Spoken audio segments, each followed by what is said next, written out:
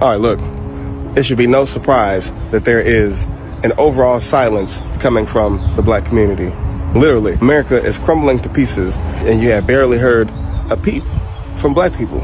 And I actually find it extremely surprising that people actually expect black people to feel sorry or feel some type of sympathy for the downfall of America. After everything that America has put us through, do you really think that we're all in silence sitting back thinking about now we can fix this shit and we can bring things back to the way they were? No and no. We do not want things to go back to the way they were. And you know what's crazy? I think a lot of people mistake this silence that's coming from the black community as a lack of awareness, as if maybe we don't know what's going on. You might see us dancing and having fun and playing around and shit still, and you might think, these niggas just don't take shit seriously. But I'll tell you what, at a certain point, niggas will stop dancing, niggas will stop singing, niggas will stop going along to get along. That is basically a valid point to make about the whole King thing. Here's a question that I saw, did not realize until it hit the news a lot, was that it was very white. What do you make of that? That the guy in Baltimore, the paper there said, we struggled to, our photographer, to find a picture of black people in this march. I'm okay with that. I didn't go, and I feel like, well, you talk. Well, we had a meeting. Yeah, go ahead. Yes. And let's just say it didn't go too well for white folks, that's all. All right, so here's what we're doing for 2026. The first thing we're going to be doing, we're not building somebody's country that they can't build themselves. We're not doing that no more, family. None of that year of return, none of that. We're not doing that. We got to focus on self-building home first. Look, I want you to think about this for a moment. There is a view that America is panicking because of the rising cost of living, the economic, political problems, and everything happened in the country. But when people look at black Americans, they see something different. They see us dancing, laughing, going to work, spending time with our families, building our communities, just living our lives. And somehow, people are confused by that. They are asking, why aren't black people protesting? Why aren't they leading the fight? Why are they so quiet? Well, today I want to talk about, because maybe this silence is not because black people don't understand what is happening. Maybe it is because we understand it very well. Black people have been at the front of many fights in America. We fought against slavery. We fought against segregation. We fought for civil rights. We marched against police brutality. We have protested against again and again. And every time we were told that change was coming. But after the camera disappeared, many of the same problems remain. So now, when people look around and say, where are the black people? Why aren't they leading this protest? Maybe the answer is simple. Some black people are tired of always being expected to carry the biggest burden. We are tired of being called when there is a crisis, but forgotten when it is time to build something better. This does not mean black people don't care about the economy. We feel high price too. We pay rent. We buy food. We lose jobs. We struggle just like everyone else. But maybe for some people, this is a moment to say, I need to focus on my family. I need to focus on my community. I need to protect my peace. And honestly, I think that is what we are seeing. So let's talk about why black Americans may be choosing to stay quiet, stay focused, and keep living their lives instead of rushing into every fight. Because sometimes silence is not weakness. Sometimes silence is a choice. And sometimes silence is the result of remembering everything that happened before. Let's talk about it. Put it into words, but I genuinely want to have a conversation about this. Okay, I genuinely, like, no disrespect, just a genuine conversation. With everything going on right now, especially in America, there's a lot of civil unrest. It's almost to the point where it's like a boiling point, where it's about to pop, where it's about to burst. Everyone is having civil unrest. It's like it's teetering onto something, but we don't know what it is yet, right? everybody keeps saying, how could they do this? Why isn't anybody stopping anything? Like, what's going on? There was a Black woman that said, and I quote, "The reason why nobody is throwing the first stone is because they're waiting for Black people to throw it first." That has altered my brain chemistry because, mind you, we know the laws are going to come down to us. So of course we're going to try to stand up for others. And I've noticed immediately, especially with the ICE raids, we've seen videos of people saying, well, why haven't Black people stepped in? We did this, a transactional interaction. They tie it back to Black Lives Matter. Like, it's blowing my mind. I don't know how to explain it. These folks wondering where Black people are? We at home. We are minding our business. Anybody that is asking us to do anything other than mind our business and ain't apologized, problematic. Because y'all still ain't learned your lesson. Y'all still thinking we out here being somebody mule. Absolutely not. Okay? I saw a video. If you have not seen Two Raw, Two Reels take on this young man that is basically saying we need to come together and build community. No.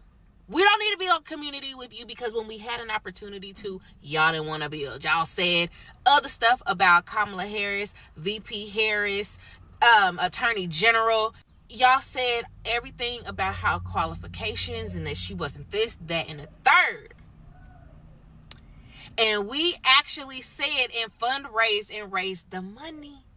We put our money where our mouth is because we knew what we were up against. Like, until y'all apologize for not trusting us, and the apology need to be as loud as the disrespect. That's what people don't understand. People out here trying to force Black people into activism, and it's just not working no matter how y'all kicking and screaming and how high y'all hollering. Like, that don't do nothing but turn us off. A lot of us grew up with Black grandmas and aunties and them. The louder you holler, the more they don't give a damn. They will let you cry yourself to sleep.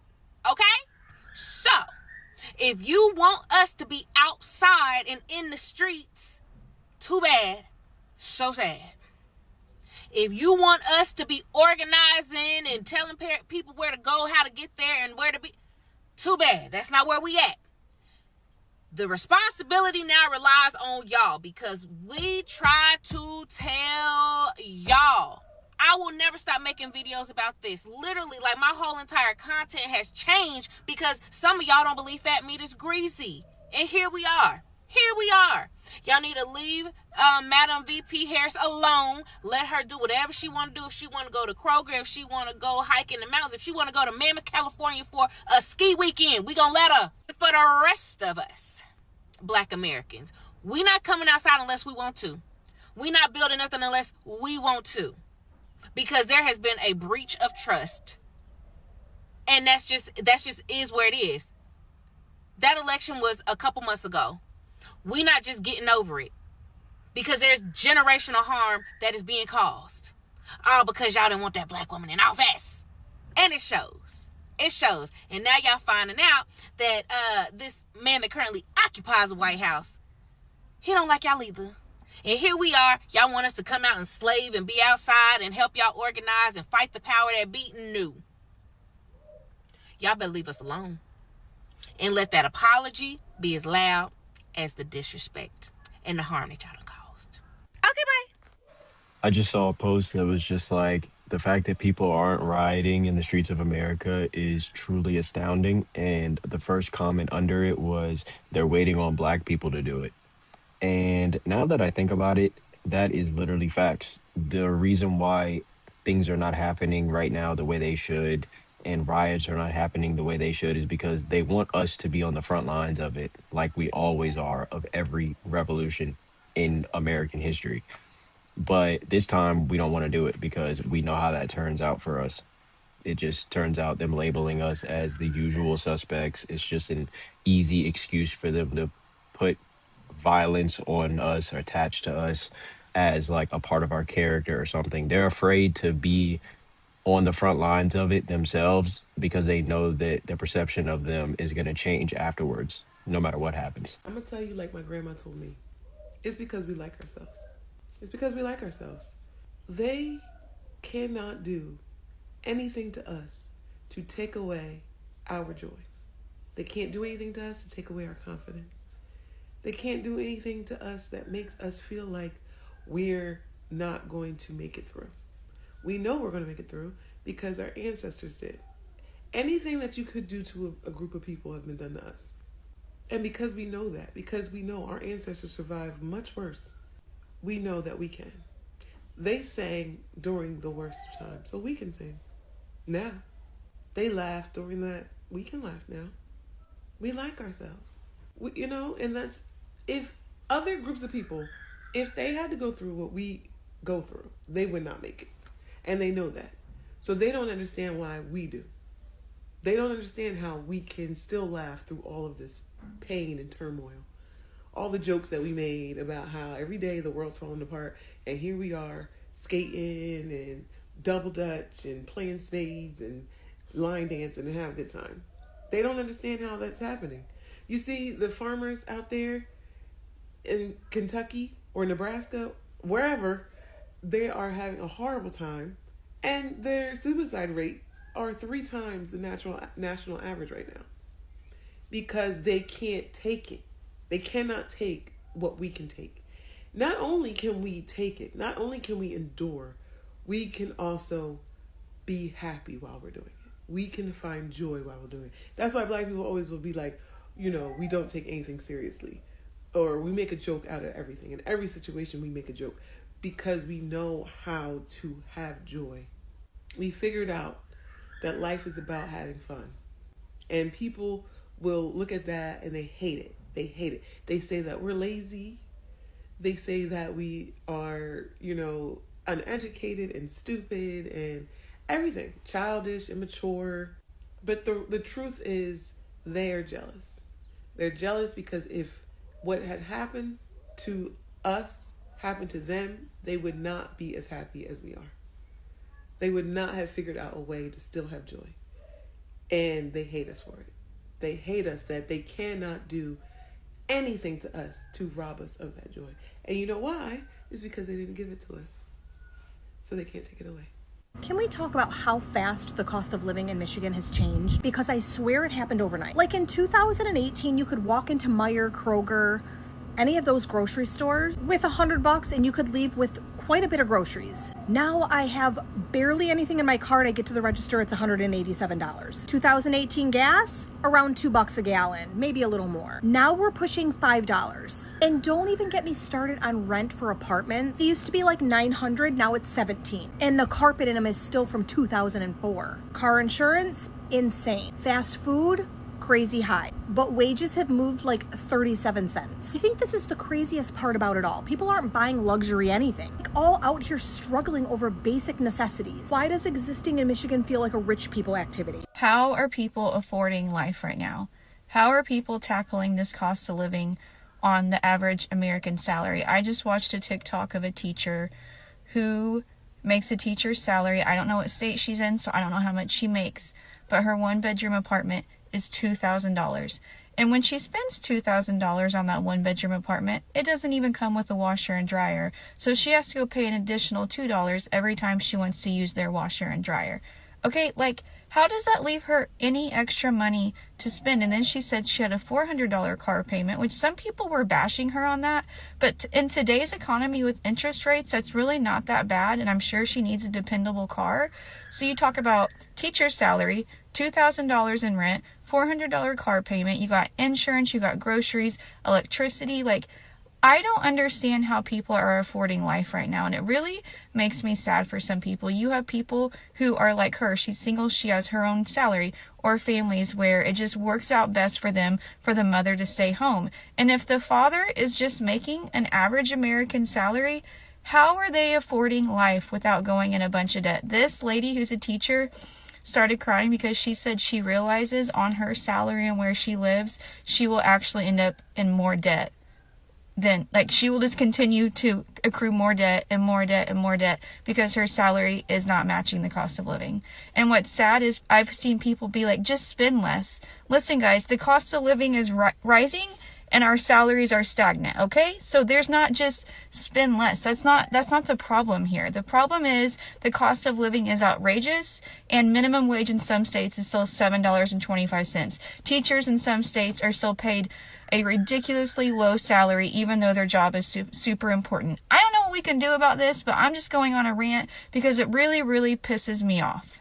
Somebody said that foundational Black Americans would not be rooting for the downfall of America because this is the country that our great-great-great-grandparents built. And I would just like to say, you're half right.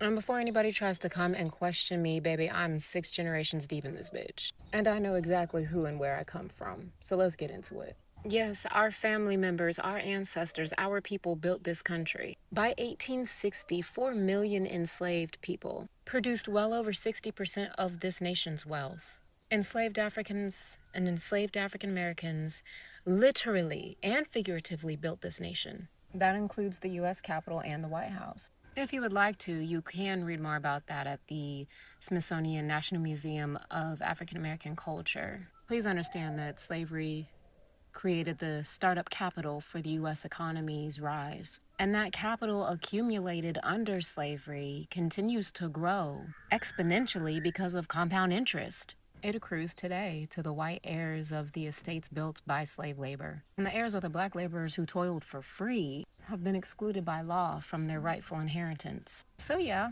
our ancestors built this country, without a doubt. And then this country denied them their 40 acres and a mule that they were promised. And then this country passed black codes to put them back into legal servitude. And then created sharecropping to keep them economically trapped. Used redlining to deny them home ownership.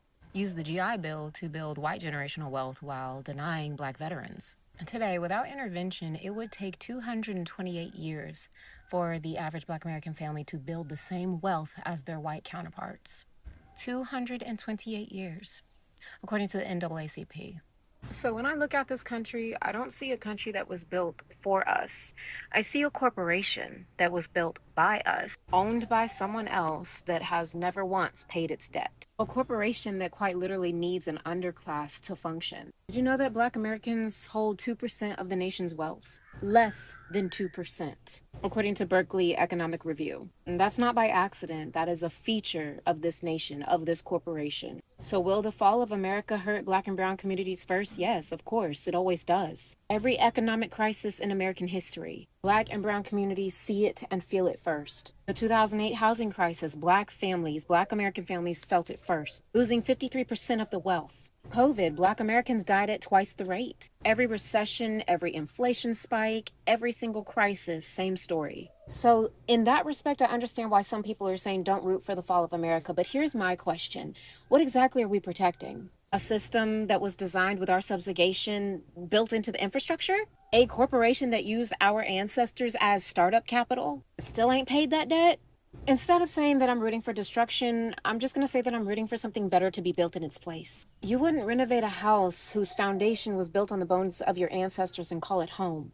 So last night I posted this on Threads. It's not a matter of Black people not caring. It is the fact that whenever anything happens, someone is asking us, where are the Black people? Like we are required and mandated to show up. Why are we always requested? Stop asking us where we are at and go ask your friends. Black people will always and have always been on the ground fighting, but stop requesting us like we are your own personal Avengers. Black people are on the ground doing the work. That's not the problem. We care about these things. We fight for these things. We know that not all immigrants are from Mexico or Latin America, okay? We understand that. But the issue is this constant request for us to come do labor. Like, oh, shit's hitting the fan. Where are the Black people? Where are the Black people at? Shit's hitting the fan. We're not your personal Avengers. We aren't superheroes. We do a lot of the work and it goes unnoticed. It goes unthanked, and that is fine. It really is, because that's what we do. We care and we fight and we organize, and we've been doing that for decades. But to come and get on these social media sites, to get on Kelly Rowland's internet and continuously say, where are the Black people? Why aren't they out fighting? Is making it seem like we are obligated and mandated to show up, when who is showing up for us? Because don't worry, we are showing up. We're just fucking tired of you asking us, requesting us like we're your maid service. Oh, and one more thing. If you're asking us where we are, that lets me know that you're not even really doing the work. Because if you were doing the work, you would fucking see us. Why can't white people just leave Black people alone? People watch my videos on social media talking about anti-racism, talking about reparations, and they can't control themselves. They have to comment and tell me, I disagree. I don't agree with what you're saying. That's ridiculous. That's stupid. Because it is ridiculous and stupid. Or maybe I'm saying that because I'm white. See, I've been told so many times that I talk white and that I think like white people, even though I don't understand what that means. But I'm starting to believe that, oh my God, that I am white. But is this you? White people, do this on Juneteenth. How do you celebrate Juneteenth as a white? Every white person needs to watch this. 3 ways white allies cause unintentional harm. 3 ways that white allies cause unintentional harm during conflict. Here are 3 ways that white allies cause unintentional harm. White supremacy makes white people stupid. I mean, what? I didn't even have to scroll far because I ain't got time for that. And I still found those videos. Like, how do you dedicate all your social media platform to talking about white people and then expect white people not to react, not to comment, not to disagree? It's not making sense. It's just like me dedicating my whole social media platform to talking about Asians and then expect Asians to keep quiet and not react and not comment and not disagree, and then come online, cry about it, and say, why can't Asians leave me alone? Why can't Asians leave Africans alone? Leave black people alone? See how that sounds? It's not making any sense whatsoever. You know what you're doing when you say things that you say and target one specific group of people. Obviously, TikTok loves drama and controversial things, and they would help you spread it out to people's For You page. So you can't come online and start crying victim. It doesn't work that way. If you can't take the heat, then stay out of the kitchen. If you can't take it, then don't dish it out. Common sense, I promise, it's just common sense. I don't know. I think black people should just reserve compassion for themselves at this point. Hell yeah. I think black people should just reserve compassion for us and us alone. Cause I hate to be that motherfucking person, but no, I don't. If you ask me, we've been too peaceful. We always marching. We always praying. We even was praying for our enemies. That's the crazy Fuck shit. thing. I mean, some of our ancestors was willing to get spit on, insane, water holes, beat, drag, hung, all types of shit for the sake of peace and being diplomatic and turning the other cheek and taking a higher role. And it just seemed like that shit ain't getting us nothing. Damn thing. I remember Farrakhan was talking about it when Martin Luther King was like, Martin Luther King was the symbol of peace, the symbol of diplomacy, and they still killed him because they didn't respect it. Farrakhan said these people only respect what they fear. It's a black girl on here. I forgot your handle, sweetheart. I'm sorry. But it's a black girl on here said maybe so-called black people are not respected because we haven't committed a genocide. And I hate to be that person. No, I don't. But it's starting to make sense. We've tried everything when it came down to the peaceful route. Everything imaginable. The only thing so-called black people have not tried is violence. That's the only thing. That's literally the only thing. We've tried marching. Yep. We've tried education. Yep. Sit down. Yep. Meet and greets, bitch. Yep. Forgiveness. Prayer. All types of shit. That's where I'm at this point. So-called black people need to only have compassion for themselves. And as much as I was like to say we need to have compassion for all of you, we've done all of that. Nobody still don't give a fuck about us. All right, so here's what we're doing for 2026. It's a new year. We're moving differently. The first thing we're going to be doing, we're not building somebody's country that they can't build themselves. We're not doing that no more, family. None of that year of return, none of that. We're not doing that. We got to focus on self-building home first. We got to start right here in our communities. Inner city kids need us 20 miles away. Inner city schools need funding 20 miles away, right? Our communities need us 20 miles away. We're not going 10,000 miles away and building other people's countries that can't build themselves. So we're not doing that. We're stopping right now. Second, we're not going to the diaspora wars. We try to explain outside. No more trying to explain. People don't care. They just want to argue with you. They just want to be a contrarian. Some people are trying to troll you. Stop trying to explain yourself. We're not explaining ourselves no more.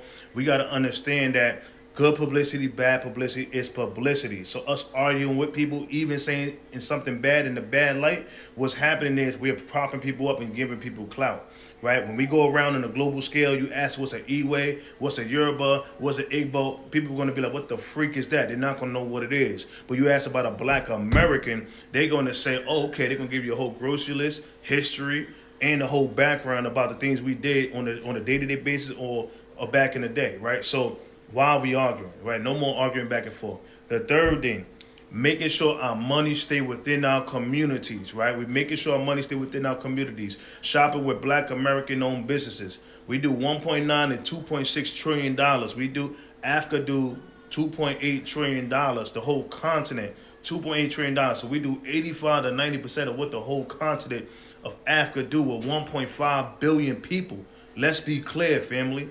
And we're projected to do $103 trillion by 2050. The whole continent of Africa is projected to do $29 trillion by 2050. So we're going to 3 to 4x the whole continent of Africa.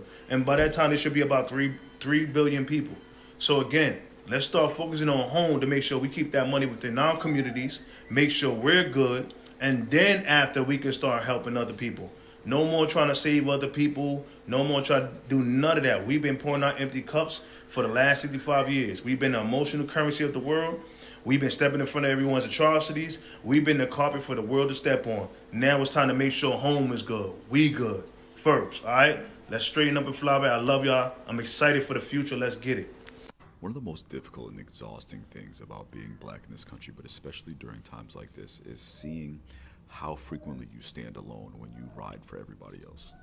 Black people voted in the greatest percentage against Trump, and even though he ran on deportations in all 3 of his campaign cycles, which did not, still isn't affecting black people, we still showed the most support against him and those policies.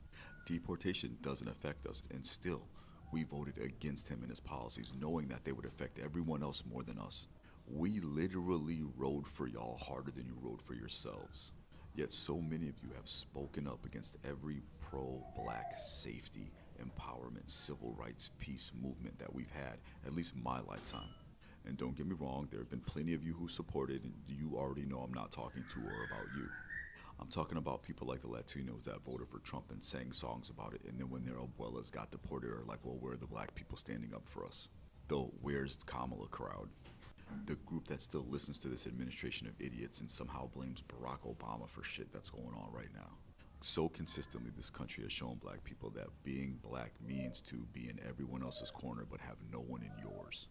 And the most frustrating part remains the reality, the knowledge that we're going to still keep fighting, not just for you, but for us as well, because we know that injustice anywhere is injustice everywhere. And if one of us isn't free, then none of us are free. Despite how frustrating it is for us that y'all can't get that through your fucking skulls. Racists are obsessed with black people. I just saw a video of a black woman talking about how there was a neurological research done on racist white men and racist white women. And she said that their brain waves and their brain patterns match the brain waves of a person that has an addiction and someone with obsessive compulsive disorder. Racists are the most illogical people on the planet because they live in their own concept of reality and they go around the world projecting that illogicality onto other people. You have created this weird competition in your mind that doesn't even exist, and that's why you think there's going to be a race war. You literally have created this narrative and this standard for people in your own brain that also doesn't even exist. You've created this totem pole where you have put yourself at the top of it, which also doesn't exist. Creating unnecessary competition where there is none is a sign of insecurity. This is why I think that racists are low IQ people, because they're so illogical and there's no logic in hatred. Let me know down below in the comment section what you think of those discoveries. Like, comment, and follow for more commentary content. The government is using reactive abuse and Black Americans are using the Grey Rock method. That would be the best way to explain what's currently going on. That would explain the targeting towards Black people and all of these things that seem to be going on in order to literally upset Black people and get us into the streets. But the thing is, Black people using the Grey Rock method is literally us not giving attention to the abuser that is using reactive abuse in order to then make the Black community react and go out into the streets and riot and be angry and all of these things in order to basically feed off of that energy. It's basically to feed off of that energy and then create another narrative of black people being angry and violent and all of these things. Like, that's quite literally the whole thing. But since black people are using the gray rock method and basically not giving the reaction to the government that they want from black people, that's causing the abuser who's trying to use reactive abuse, it's causing them to actually ramp up their violence and ramp up the abuse and ramp up all of these tactics of reactive abuse in order to upset black people. But black people are still using the gray rock method, meaning we're not going out into the streets and we're not causing riots and we're not being violent. So their narrative isn't actually working for them. Like, that's the whole thing. And it's like, what happens when we use the gray rock method and we don't give them the reaction that they want? They ramp up all of the craziness, but at the end of the day, they're going to implode. Like, they're literally going to do so many things to specifically target black people that literally the whole system is going to crumble and collapse. And they will no longer be able to do these things anyway. Like, I fully believe that's what's going on. Because now, with the black community using the gray rock method against the government that's using reactive abuse, now they're going to just keep ramping that up and making things more and more crazy, but then it will just become more and more clear and more obvious that the government is literally doing everything that it can in order to provoke and get a reaction out of black people. And so it will get crazier, but it will just show that that's what they've been doing this whole time. And so then the system will start to implode, and then the system will begin to collapse. Mind you, I believe we're already within the collapse of the American empire anyway, but it's just like, it feels like their last ditch effort to harvest energy from black Americans or to literally get us in the streets and then create a narrative of negativity surrounding black Americans. It's so crazy. I am trying to get real with myself and with other white people, and it is painful work. There's a whole lot of blame toward black people for being the cause of how white people treat them, and I'm trying to get to the bottom of that. I decided to take a closer look at slavery, since that's such a big topic in the United States. There has been slavery all over the world forever, and all colors of people have enslaved other colors of people for as long as we know about. But the transatlantic slave trade, in which Europeans brought African and Caribbean black people to the United States to be free labor in the new colonies before they were really the United States, is a whole different story of slavery. Slavery historically had to do with who won and who lost a war, who was convenient, who stumbled by at the wrong time, and so it wasn't specifically race-based. So why did these white Europeans choose black people to enslave? Because their physical differences from whites made it easier to create lies that they were biologically inferior. They invented science to defend this. It was easier to make these people who looked so different from us less human. And that lie made it easier to justify torture, rape, family separation, and death on a massive scale. And it made them, quite frankly, easier to identify if they tried to escape. The legacy didn't disappear when slavery ended. Eugenics came along and fed the racial superiority notion of whiteness, and it influenced the Nazi narrative along with the racial one. It carried over into segregation, Jim Crow, housing, policing, incarceration, education, all of that. If we're ever going to fix what's broken, we need to get curious enough to name how it got broken in the first place. White people need to get curious so we can say no more, not on my watch. If you are wondering why some black Americans are not rushing into the streets this time, maybe we need to stop asking, why aren't black people doing more? Maybe we should ask a different question. Why are black people always expected to be the first one to take the risk? Think about it. When America faces a crisis, people often look to black communities for leadership. When there is a major protest, people expected black people to be on the front. line. When there is injustice, they expected black people to speak first, march first, and fight first. But what happened after the camera has gone? What happened when the news cycle moved on? What happened when the protests end? Too often, black communities are left dealing with problems. With the same problem we are fighting against in the first place. That is why some people are saying, no, this time. This does not mean we don't care about other people. It does not mean we don't care about the poor. It does not mean we don't care about working class families or what is happening in the America. Black working class families are struggling too. We know what it is feeling like when food price go up. We know what it feels like when rent becomes too expensive. We know what it feels like to worry about jobs and the future. But caring about a problem does not always mean you have to be the person leading the fight. And I think that is the part some people don't understand. Black people have been fighting for generations. Our ancestors fought against slavery. Our grandparents fought against segregation. Our parents and grandparents fought for civil rights. And many black Americans today are still fighting against inequality, discrimination, and injustice. So when some people decide to stop back and stay, I want to focus on my family and my community. We should not automatically call that apathy. Maybe it is inexhaustion. Maybe it is self-preservation. Maybe it's simply saying, I have done enough for now. I need to take care of myself and the people around me. And there is something wrong with that. There is also something powerful about black people choosing joy. Because black joy has always been a part of our survival. Our ancestors once went through things that we are. If you truly want black people to stand with you, then solidarity has to work both ways. It can be, we need black people when we need numbers. We can be, we need black people when we need people in the streets. Then, when the crisis is over, everyone goes back to their normal lives and forget about the black communities that help carry the movement. Real solidarity means standing together even when there are no cameras. It means supporting black communities when it is not threatened. It means respecting black political powers. It means listening when black people say they are tired.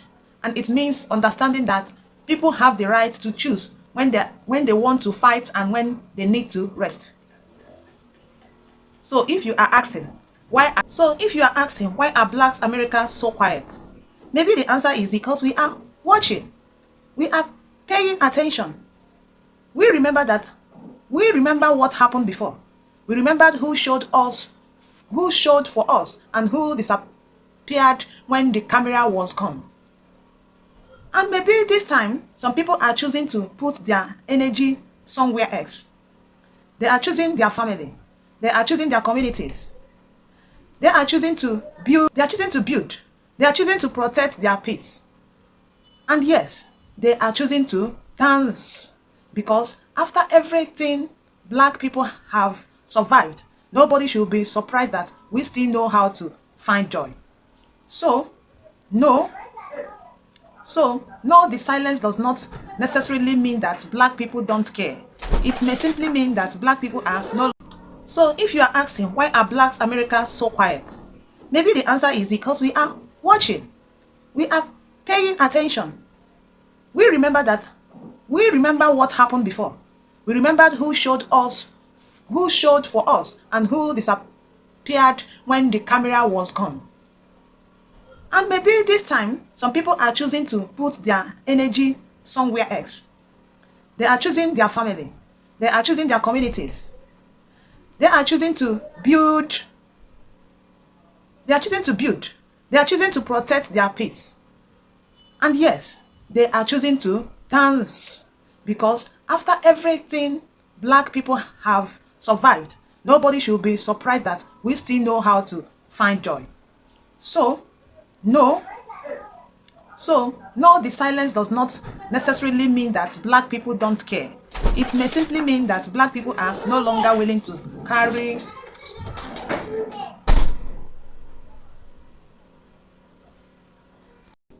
So no, the silence does not necessarily mean that black people don't care. It may simply mean that black people are no longer willing to carry every fight alone.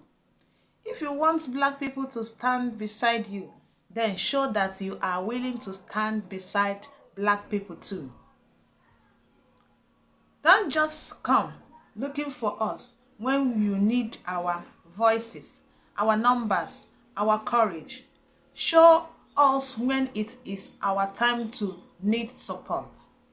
Because at the end of the day, the question should not always be, where are black people?